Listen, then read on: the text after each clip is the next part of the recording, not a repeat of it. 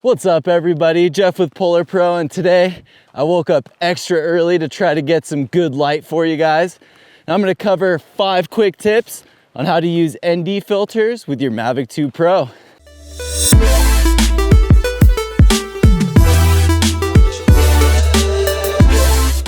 Alright, so this looks like a good spot to set up for today's video. Now tip 1 is how to select your neutral density filter strength.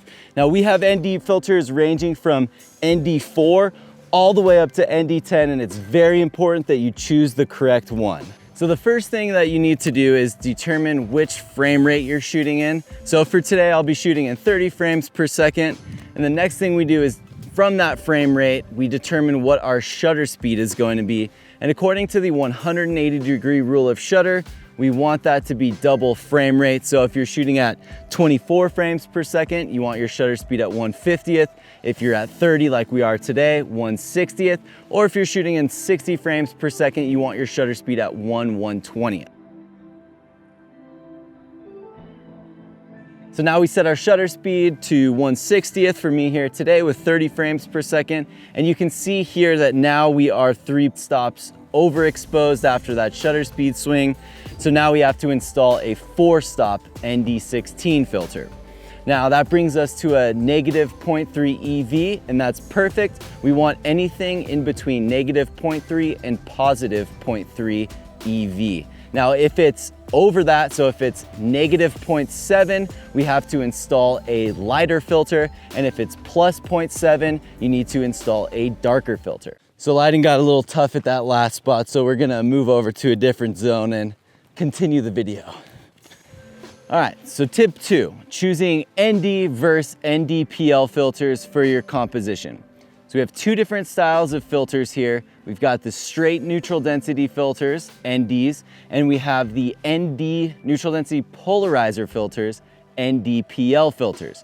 So the straight ND filters are just gonna reduce light, not altering any of the characteristics of the light that it's reducing. Whereas the ND-PL filters are actually gonna reduce light and also polarize it, which reduces reflections and increases color fidelity and contrast. So the straight ND filters are not gonna reduce any reflections, but sometimes you actually wanna leave those in your composition and make it look more natural without boosting any color fidelity or contrast. Which is why I like to have both ND and ND-PL filters in my bag, so I have the option to choose between the 2 different looks depending on the shoot. All right, let's run this line.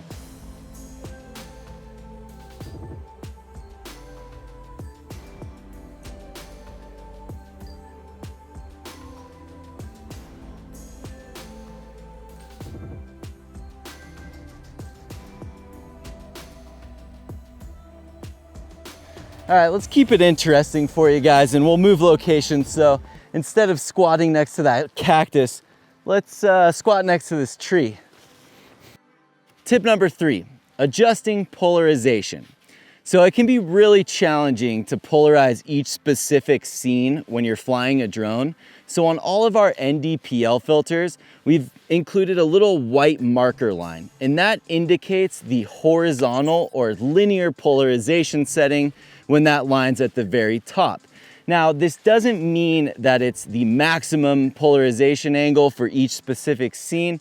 It's just a good kind of broad general setting, kind of the same way that sunglasses are lined up, where it's good for most scenarios. Now, if you want to polarize each scene at a maximum level, it can be quite tedious because you have to rotate the filter until you find that maximum polarization level where the most glare and most reflections are reduced for each specific angle that the drone's pointing relative to the sun.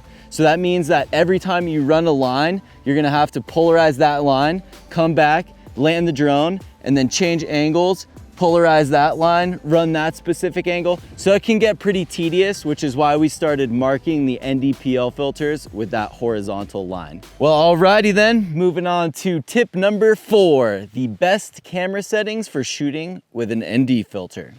Now, I like to make sure, first things first, everything is in manual mode, so nothing is going to swing or change on us unless we tell it to.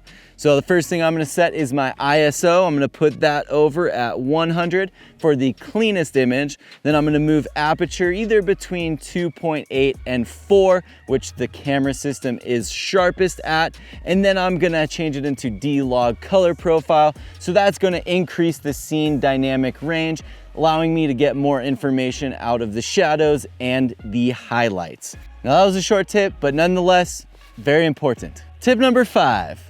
Monitoring your Eevee. So in between the time of your initial exposure reading on the ground, maybe you're flying for a little bit, there's a good chance that lighting might change. So you do need to monitor your Eevee. And if you see that swing either to +1 or -1, you need to do something quick. Otherwise, you're gonna be doing some serious post-processing work.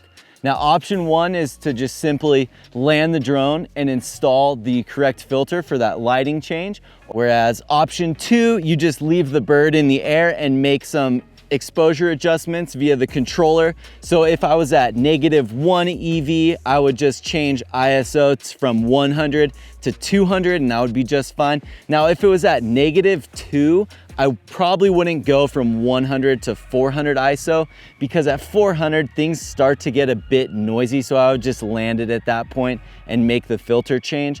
Now, if it was at +1 EV, then you're gonna have to change aperture from 2.8 to 4, or if you were at 4 already, to 5.6.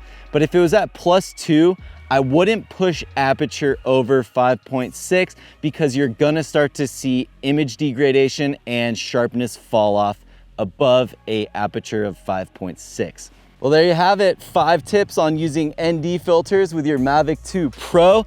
Thanks for joining me on this little adventure today. It was fun to have you along. Be sure to check out the link to our insanely high quality Mavic 2 filters below. We would all greatly appreciate it if you supported our brand. Also, be sure to check out the new podcast we just dropped on the PolarPro channel. I'm sure you guys would love that as well. I'm Jeff with PolarPro, and I'll see you on the next one.